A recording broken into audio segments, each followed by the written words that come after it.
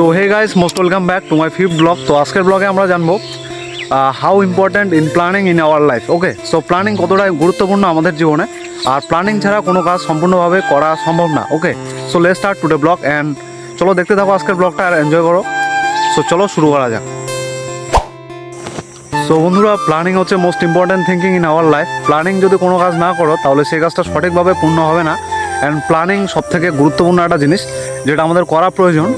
একটা মানুষ যদি প্ল্যানিং না করে কোনো কাজে তাহলে সেই কাজটা সঠিকভাবে হয় না।